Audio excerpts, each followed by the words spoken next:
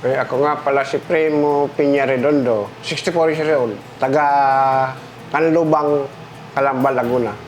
Ang inumpisan po pala ng nasal polyps ko ay nagtatrabaho ko sa Manila sa pabrika ng steel.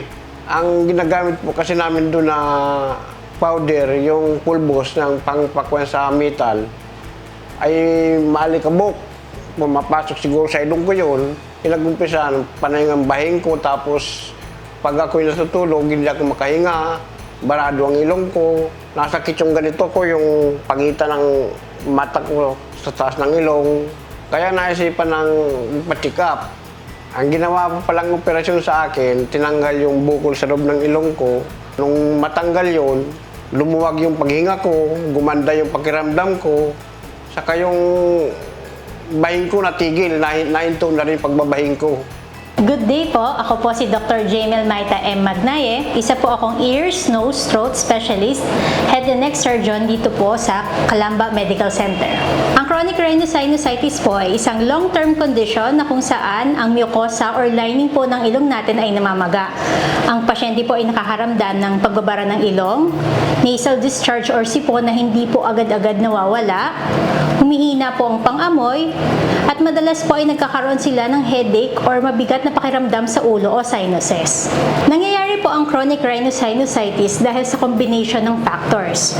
Pwede pong dahil sa bacterial o fungi, pwede rin pong exacerbation ng allergies secondary po sa irritants, also nagkakaroon ng pagbabara sa ilong secondary to anatomical variants such as deviated po yung nasal septum or enlarged po ang nasal turbinates po ng pasyente, at also po overreaction po ng immune system.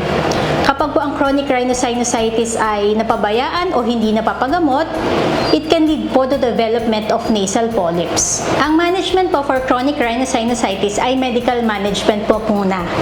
Pero kung hindi po na-control or hindi po nagagamot ang pasyente sa optimal medical management, tayo po ay nag-offer ng surgery na kung tawagin ay functional endoscopic sinus surgery. So ito po ay isang minimally invasive surgery na kung saan tinatanggal po natin ang polyps ng pasyente, pinaluluwag or nagkakaroon po ng ventilation or drainage ang sinuses para po ma-facilitate po ang pagpasok ng gamot sa ilong. Kung kayo po ay may nararamdamang pagbabara ng ilong, sipon na hindi nawawala, mabigat na pakiramdam sa mga sinuses or headache, at humihina ang pang-amoy, papatingin po kayo sa Calamba Medical Center upang matulungan po kayo ng ating mga ENT specialist sa inyong nararamdaman. Yung mga doktor na nag-asikaso sa akin, malaking pasasalamat ko sa kanila at gumaling ako. Kay Dr. Maita Magnaye, maraming salamat sa kanya. Kay Dr. Ipapo, maraming salamat sa kanya rin. Saka kay Dr. Quinones, siya nag-monitor ng aking kolesterol, high blood. Maraming salamat din sa kanila. Maraming salamat po sa MC sa paggamot nyo sa akin. Maraming salamat.